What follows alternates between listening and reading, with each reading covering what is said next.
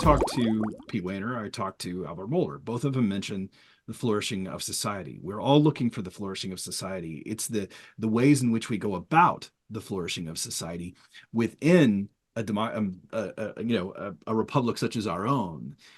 Can we, though, have, I mean, getting into the political sphere again, can we have a liberal democracy without Christianity? Mm. You know, I'm not sure, but I think it's unlikely. Mm. And if you even just sort of look at some of the statements that, the founders and the framers, made. George Washington took the occasion of his farewell address to talk about how religion and morality were indispensable supports to the Constitution. You look at sort of Madison and, John Jay and Hamilton kind of wrestling as they wrote the Federalist Papers about, what kind of citizenry, what kind of character among the citizenry is necessary to sustain, a republic. Edmund Burke talked about the fact that there needs to be, he was talking in the context of England, not the U.S., but obedience to the unenforceable. Essentially, laws can't cover everything. There need to be shared norms and mores and a certain consensus about what is right and wrong, good or bad, to kind of help bind people together. So I think it's I think some kind of shared moral consensus, and and that has been kind of like rooted largely in our past. In broad shared norms that, if not Christian, were certainly compatible with Christianity.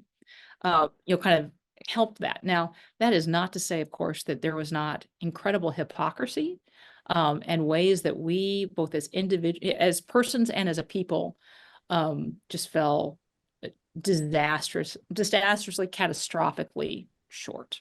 And it also shows us that there are always religious entrepreneurs who are willing to build an entire movement around error. The Southern Baptist Convention became the Southern Baptist Convention in order to justify slavery and develop theological arguments to do so. So, one of the things that I think, we need to be aware of is that, we as fallen human beings, we always have an appetite for error, especially error that benefits us in a certain way. And one of the things that we often do is we rationalize that, and we cherry pick verses, and we come up with good arguments.